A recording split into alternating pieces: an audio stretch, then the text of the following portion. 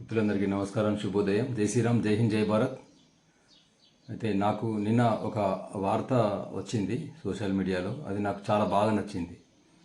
ఆ వార్తను మీ ముందుకు తీసుకొస్తున్నాను. ఎందుకనంటే ఈరోజు చాలామంది కూడా అసలు దేవుడు ఉన్నాడా అనేటువంటి విమర్శ చేసేవాళ్ళు చాలామంది ఉంటారు.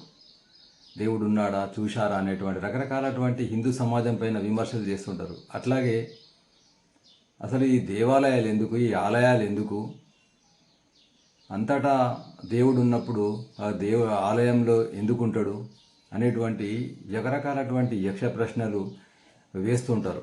అంటే హిందూ సమాజాన్ని విమర్శిస్తుంటారు, మన సాంప్రదాయాలు, సంస్కృతిని, మన ఆచార వ్యవహారాలను. అసలు ఈ ఆలయం అనేటువంటిది, గుడి అనేటువంటిది ఒక మానవ వికాస కేంద్రము, మానవతా వికాస కేంద్రము అనేటువంటిది, మానవత్వాన్ని ఆధ్యాత్మిక కేంద్రం, ఎన్నో రకాలటువంటి ఉపయోగాలు ఉంటాయి.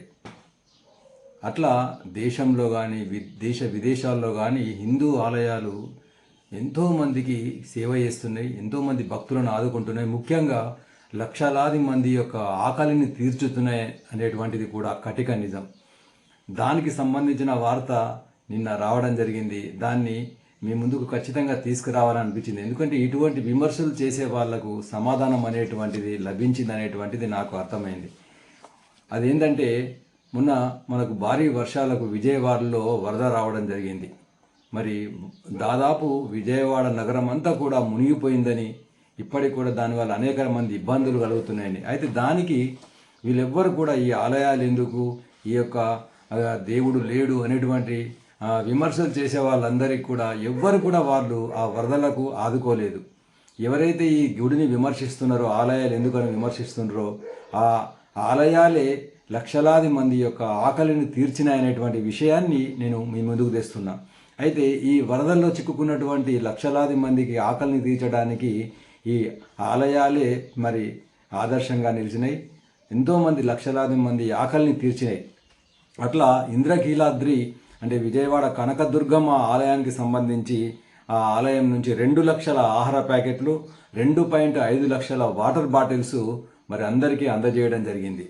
అదేవిధంగా సింహాచలం నరసింహస్వామి దేవాలయం నుంచి 90,000 ఆహార ప్యాకెట్లు, 50,000 నీళ్ళ బాటిల్స్ మరి అందరికీ పంపిణీ చేయడం జరిగింది. అట్లాగే ద్వారక తిరుమల దేవస్థానము 31,000 ఆహార ప్యాకెట్లు, 35,000 నీళ్ళ బాటిల్స్ అందించి ఆకలిని తీర్చడం జరిగింది.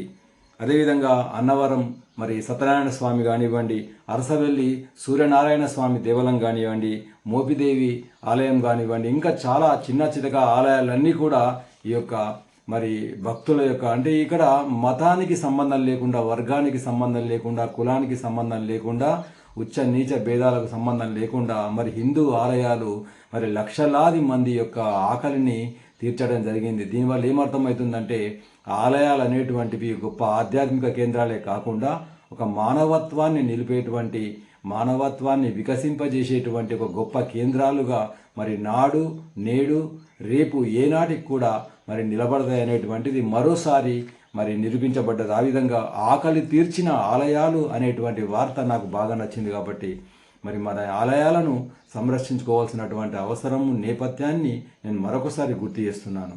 జై శ్రీరామ్, జై హింద్, జై భారత్.